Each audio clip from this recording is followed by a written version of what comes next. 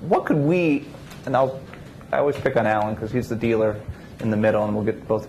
What do you think, Alan, what could a site like Cars.com be doing better for you in terms of the information we provide and the things that we, are value to you, and how can we be a better partner?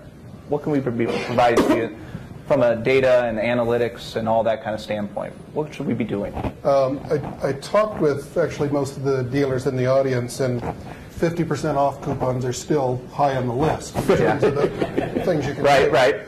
But they'll go to the back. Given that we have a good supply of those. Yes. Get them out of here. I got the hook. Didn't even get a cupcake out of the deal. So some suggestions I might have, and I don't know how worthwhile they are, but one of the things that's interesting to us is, to use the word that's been used a little bit here today, the journey. I want to see how they go through Cars.com. Yeah. Because sometimes just intuitively you can look and you can go, okay, I got it, you're getting close. You're falling in love with a car here. Yeah. Or you can see somebody who's confused. So I think there may be a way to start to take, it's fairly structured data, but it's almost like that unstructured data they were talking about, where we can get some emotion out of this. We're talking about data and numbers and metrics, and that's all logical. This is an illogical proposition. People spend 30 grand with their hearts, with their guts.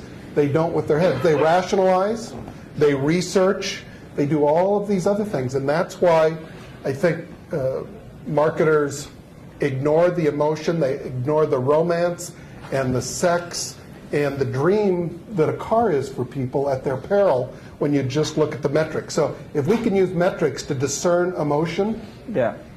How do you know when somebody's getting excited about it? Are they That's the moving time faster? spent on that vehicle. I think Jason brought up a good point. Time spent on that vehicle, those type video engagement versus a photo engagement, and that's where I think a lot of what our investments we're making in the data warehouse and appliances and reporting tools. Time spent and emotional component. There's got to be proxies for interest, and right. I think Jason brought it up, and spent time there. Jason, what do you think in terms of cars and our site? Because you guys did a really deep dive into the experience and how that drives a quality shopper. What are your thoughts there on that, and what could we be doing better? What do we do well, quite honestly? Well, there's lots of conversations around, where ad spend allocation, how to drive quality traffic and indirect traffic. I think what surprised me the most in doing the study, from a pure, non-biased, independent perspective, is the indirect effect you have at the dealership website. That can only be up until now can only be measured when you cancel an automotive marketplace and then realize phone leads went down, walk-ins went down, overall traffic went down, and sales went down. You would have known that would happen because you couldn't measure it prior. I think if we stop grading automotive marketplaces by the amount of leads you send us as dealers each month that are submitted on your website, we found that that's the smallest piece of the story of what marketplaces do. The overlap in traffic of people who've been on cars and then come to a dealership website is 35+%.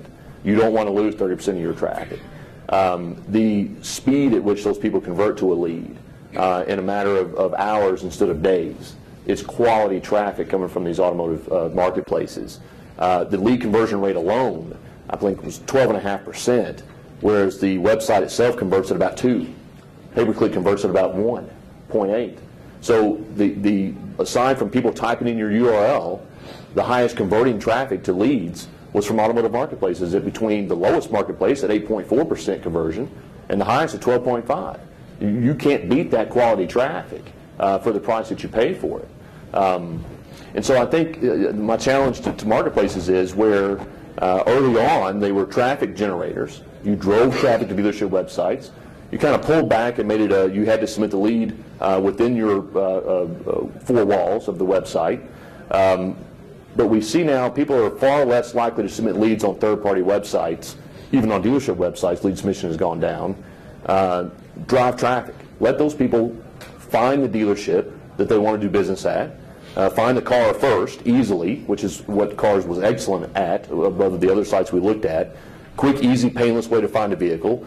Find the dealer that car sits on, and then the consumer immediately goes to Google, types in the dealership name, and comes to the dealership website and submits a lead. The attribution went to Google when it should have gone towards the marketplace. And that was by far the majority of the value to the dealer was unmeasurable. It was indirect. Yeah. And it was the quality of traffic that they were getting from those websites via Google or another search engine that we wouldn't have known otherwise. And so I think making the dealership branding more visible, driving traffic, allowing those people to go to that dealership website on their own and continue searching and submitting leads will be of extreme value to the dealers, because it is high quality, low funnel traffic that we weren't really sure what that was prior to the metrics. So I was amazed at the indirect effect. The indirect effect is a byproduct of the ability to be able to do that today, which we weren't able to do a couple of years ago. How easily understood indirect attribution is? How long do you think that's going to be something that you think about and you don't necessarily understand as a dealer customer? And I know that we've had a lot of conversations about the white paper that we jointly published, and there's a lot of pushback in the sense of, I don't quite get that, or that can't be true. What do you think the indirect attribution piece in terms of the learning curve, where are we today, and what's going to help continue to kind of accelerate that? Both Jason, and then I ask Alan, because I think, Alan, you're in the crosshairs of that, and we'll get to you in a second, Brian. There. It's starting to sink in. We talk about it a lot because it's been the first time we could measure that indirect effect, and so having that knowledge. Dealers used to, again, the only way they realized the indirect effect was when they canceled a service and realized everything took a negative hit. Now we can prevent that from happening. But I'm actually encouraged at people trusting that and learning about it, because what it does is it answers questions that they've had all along. Why doesn't my organic traffic convert? Why are people using my dealership name as a keyword more often than not? So it actually explains a lot of things that we couldn't explain before, is the indirect effect of where they were the journey. Yeah. Not the last click they made before your website, but the journey to get there. What did they know about you prior to coming to your website via search engine? Yeah. And so it's catching on because it explains a lot of the unanswered questions dealers had previously. Yep. And it's like, oh, that makes sense. They were somewhere else prior to Google where they knew about me. Yeah. And we do see, going back to Brian's point, which is a good thing in new cars and starting them in use, consumers are visiting fewer, or they're comparing you against fewer competitors now than they ever used to. They used to visit on average for about 3.5 dealership websites before they submitted a lead. Now it's less than 2, which means they're creating their perception of the dealership they want to purchase their car at earlier in the funnel, which is happening based on reviews. And chronologically speaking, that all started happening about the time that Google allowed reviews, Cars.com had their reviews, other sites allowed dealers to brand themselves better, for consumers to put reviews for those dealers. And now we see the trickle-down effect is consumers are visiting fewer dealership websites before they submit a lead. You have less competition once they come out of the funnel and into the dealership website arena. You have less competition now, and that's a great thing. The key to that is you have to create your value proposition earlier in the funnel. Yeah. And that's critical for dealers these days, is don't wait till they get to your website. They're deciding whether they want to purchase before they get to you, earlier in the area. Find ways to brand yourself and create your value proposition earlier in the funnel. Sorry, I don't know. Now, indirect attribution, easy to understand and can talk about it within I'm a going to introduce dealership? a new concept here. Okay. Medium data. Okay. Okay, so I don't have all the stuff you have, but and I'm a thief of ideas. So I heard Brian speak. This may have been 2 years ago, maybe not quite that long ago. He talked about multi-channel funnels. I'm the king of do-it-yourself, and so it took me forever to do it poorly. And I'm sure if you looked at my setup, you'd go, "Why don't I hire somebody like you?" And I probably should. But I hacked together these multi-channel funnels in Google Analytics. And lo and behold, it turns out they were on another website before they got to mine. You can imagine my disappointment. But so there it is, plain and simple. You can see that there's some pretty common paths Yeah. You can see also that there's a lot of different paths. Yeah, There's that's some what Linda said. I mean, common there's ones 100 that different okay, paths that we see. I mean, I get it, can you know, imagine. and Cars.com says they have 1 zillion people per day. Right. I get it, because I see them here.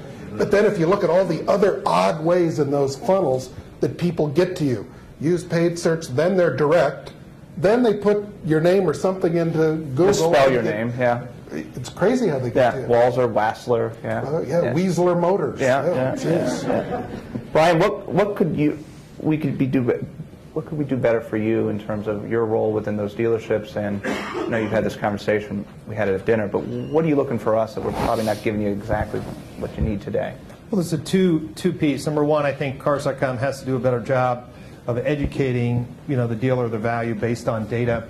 And I'm a firm believer of independent data. So, for example, how many in this room have considered of terminating a contract with one of the automotive marketplaces because you went to Google Analytics and you said, how many referrals?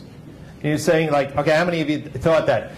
Or someone came up to you and say, you mean I'm paying X dollars a month and I got 100 or 80 referrals? And of course, what Rand Fishkin said yesterday is that analytics lies. Google Analytics lies if you just look at that, and you need a multi-point or multi-touch. It would be great within the confines of privacy. It would be great to have shared tagging on Cars.com and the dealership website. So each month, instead of all those pretty charts that you showed there, you added something really important.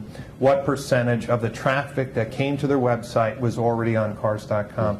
And you mentioned 35%. I've seen, because I'm working on a data study as well, that as over 40% of consumers were really exposed to the brand. So to me, and I mentioned this last night, under no circumstances will a dealer principal ever cancel a Cars or Auto Trader classified if they understood the cost per engagement of exposing their inventory. So today our reporting is a little inadequate. Secondly, there's things you can do in Google Analytics.